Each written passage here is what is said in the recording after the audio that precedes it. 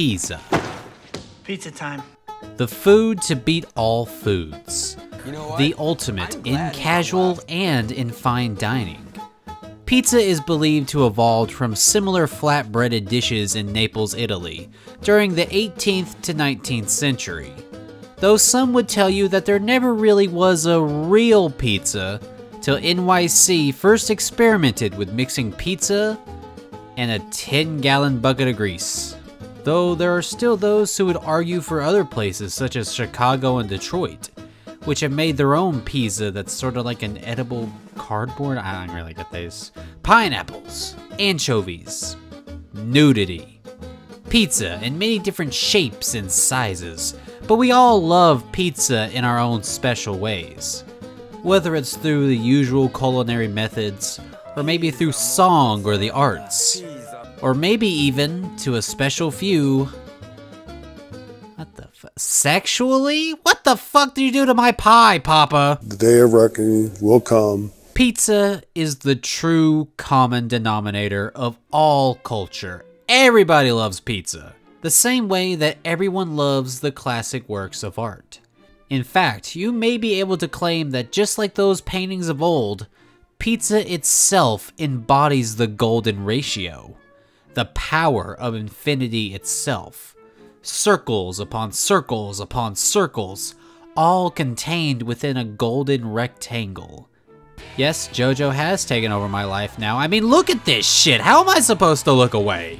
But anyways, you have now accepted that pizza is indeed perfection. It is scientific fact.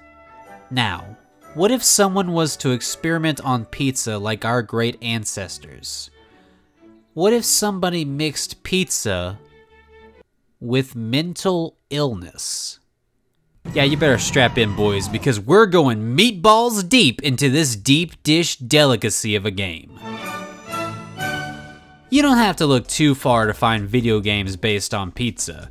Hell, the granddaddy himself was directly based on pizza. Pizza, video games. They've been locked in with each other as the perfect pairing with a little bit of liquid cancer to help wash it down.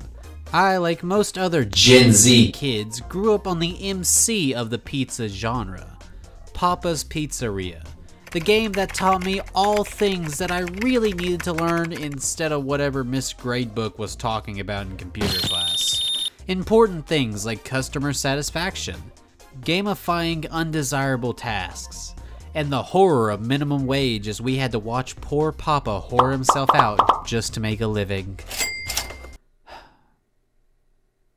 Wait, what was I talking about? Pizza!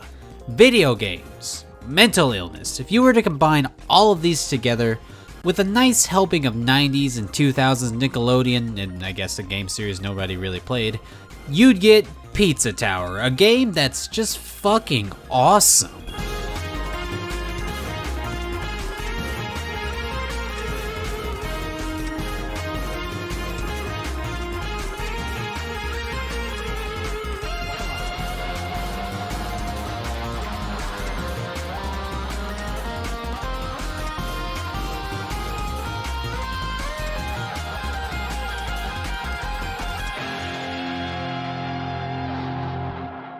Developed primarily by a guy known only as McPig, it initially was going to be a horror-themed webcomic based on a pizza chef killing pizza demons in his restaurant, but then went on to become an RPG called Pizza Massacre, but then slowly but surely became the crazy platformer we all know and love. Starting development in 2018, McPig described Pizza Tower's biggest inspiration to be the Wario Land series, which, like Pizza Tower, is a bunch of fast-paced 2D platformers with an emphasis on a bunch of wacky shit happening to your main character. Pizza Tower has technically been playable by the public since 2018, with the first public demo being released on October 31st, 2018, unsurprisingly being dubbed the Halloween demo. Since then, McPig's team would grow larger and larger, with a demo for the game coming out once in a while to show progress. The team, now known as Torde Pizza, have worked tirelessly to put lots of effort and passion into this game. And their fans noticed. In fact, they noticed so hard that they went ravenous as the game was finally added to the Steam store. And eventually the rest of the internet, myself included, looked over and wondered, I wonder what's happening over there. Which then led to everybody finding out and playing the snot out of this incredible game, earning it incredibly high scores on all major news sites, and a fan base full of weirdos drawing porn. This is sadly the only true way of knowing if something is popular. The story of Pizza Tower is rather simple. You play as Peppino Spaghetti, which yes are two real Italian names, who is a war veteran turned small business owner with his pizzeria he runs with his buddy Gustavo. However, Peppino is in a massive amount of debt, which may or may not be because this asshole Mr. Stick keeps stealing all of his cash. But to make his problems worse, he is visited by a trickster god named Pizza Face, who plans on destroying Peppino's pizzeria with a huge layer on top of his neighboring pizza tower. It's now up to Peppino and his pals to stop the hand-tossed Loki so that Peppino can save his restaurant and, you know, hopefully pay his bills. The gameplay, as mentioned before, is 2D platforming, but with the overcoming dread of an upcoming deadline, as Peppino goes Mach 10 to try and explore each of the different rooms of the tower so that he can break the central pillars while also collecting different ingredients along the way, in order to make sure that he has all the money he needs to pay this asshole to open up boss doors. Man, this Mr. Stick guy is just the worst. I mean, he does seem to care about Peppino and Gustavo. Oh, and Brick, don't forget about Brick, as he does guide them to safety when the rooms start to crumble, but like, man, he's only here to take Peppino's money. He even fakes being homeless just to steal the extra money you have left over at the end of the game. And you know he stole this shirt from Peppino and just spray painted it, you lousy little... Oh, what? Huh?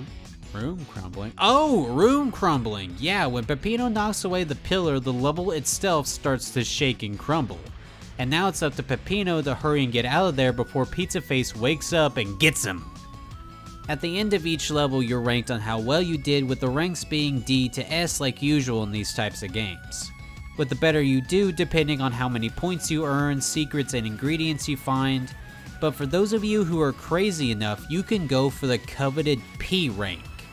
I did not do that. Like, man, you gotta have balls of steel to do... Did I just make a JoJo reference without even thinking about... Oh my god, it's taken over my life. You gotta have balls of steel to do this. Not only do you have to get all the ingredients, all the secrets, and keep up a single combo the whole way, but you need to do all of that and do a second lap of the level without any extra time being added to the clock. That right there is maddening. I don't go for stuff like that, but watching other people is mad impressive. But hey, if you're like me and you're just happy with your little A ranks, then don't worry, the game doesn't penalize you. It just wants you to have fun, which if you play this game, you definitely will. The gameplay of this game is really fantastic, with all the controls being really fluid and easy to understand. Controlling Peppino and Gustavo on the rare occasion was always fun. You didn't forget about Brick, did you? Each level had their own gimmick going on that really made each of them feel unique, from playing Knight and Shining Pizza Box to playing mini golf to whoa, which hell yeah I beat on my first try, whoop whoop. Everything about this game feels so cool and unique, while also being somewhat familiar with all the animations and design work, taking a huge inspiration from old cartoons and food mascots. Let's talk a bit more about the visuals for a second. The whole game may look like it was made in MS Paint, and that's because it was, and yeah, I admittedly did hold that against the game when I first saw it, and you know, I was a fool for doing so. I bet you couldn't find a game with as much unique and cookie? I meant to put kooky, but I spelled it cookie visuals. Screw it, that's a close enough to a pun. That we keep those, just put in the trademark and boom, there we go. That's comedy right there. Fucking writes itself. Try and find me a game with as much unique and kooky looking visuals. The sprites are so dynamic and have the perfect flow even when they're being flung around at Mach 10. The colors are so bright and just make the game impossible to look away from. The whole damn game is gorgeous. Everything looks great, and on top of that, the gameplay and comedy is like a pure hit of dopamine every second I'm playing it or looking at it. And then we get to the music. Fuck, dude, every single track is great, and it fits each of their respective areas and fights perfectly. And that main theme, when it's time to start that mad dash, oh god. You know that feeling where you've procrastinated finishing a project till the night before it's due? Well, I do. I apparently do it a lot, especially when it's something I really want to work on. Apparently, there's this thing called wait mode that some people have with their brains that will force them to wait because they know that it will be fine or something. Yeah, big pain in the ass, but man, when the clock finally strikes and your body is filled with this overcoming dread that somehow you're able to do 2 weeks of work in under like 4 hours, the clock strikes 12 and holy shit, it's due tomorrow. Oh my god, I gotta record and write the notes, I gotta get all the audio recorded, I gotta write the script. Wait, if I'm supposed to write the script before I record the audio, then what did I record? Galaga's a game where you shoot the gun. A documentary on Galaga? That's not even the right game!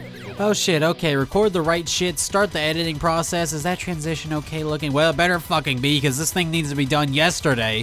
Where the fuck is the thumbnail? Holy cheese on a pizza, the fucking clock constantly ticking down, the guitar making me feel like I could jump in a dragon's mouth and dig my way out the other end. And then we get to the middle where it goes really fast as the song plays again, but it's faster and faster and faster and faster and faster until it stops. It slows down, like I'm exporting a project and it's slowly but surely getting uploaded. Oh, thank God it's over. I'm fine. Everything's fine. It's time to go to bed. Pizza Time is the most... How do I put this? It is the most energetic, fight for your life type music I've probably ever heard. I don't know how, but McPig has created a tune that pretty much deep throats the switch in my brain that flips the fight or flight mode on and off.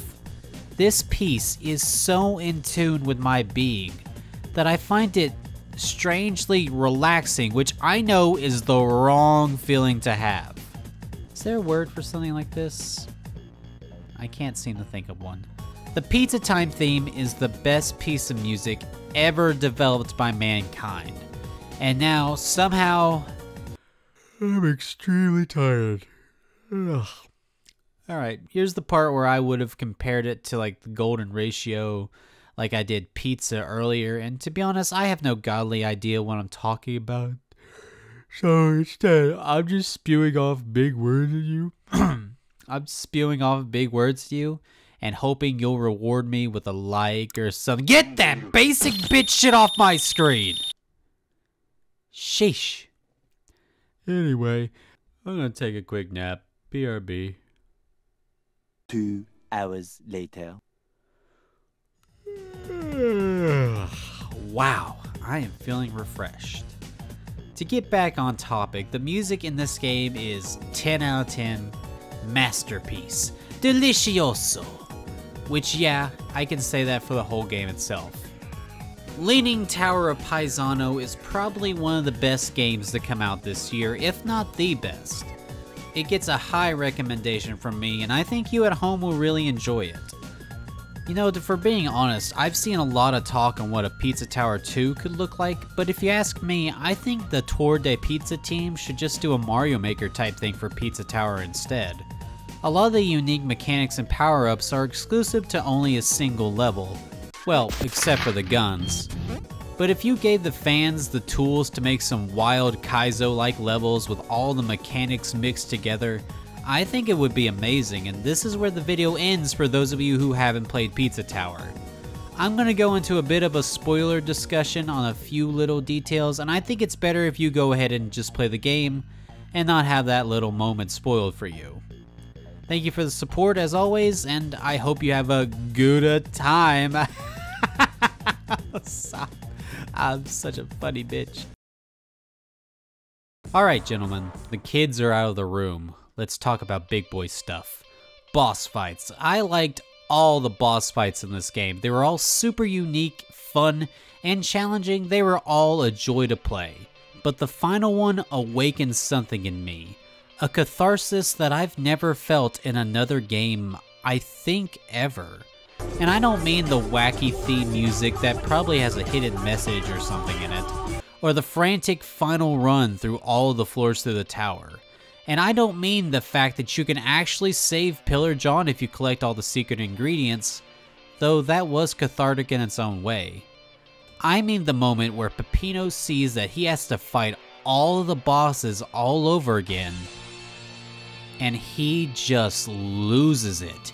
And he starts pummeling the dog shit out of them. Oh my Parmigiano. I've never known that I've needed something like this much in a game. Oh, it's so satisfying to see Peppino just lose it and go ham on these guys. I've always wanted to do this in a game. Not letting the boss catch their breath after a single hit. Nah, man, you grab that sumbitch and you pummel him. I know I don't have to keep pressing the X button to attack them like this, but I can't help it.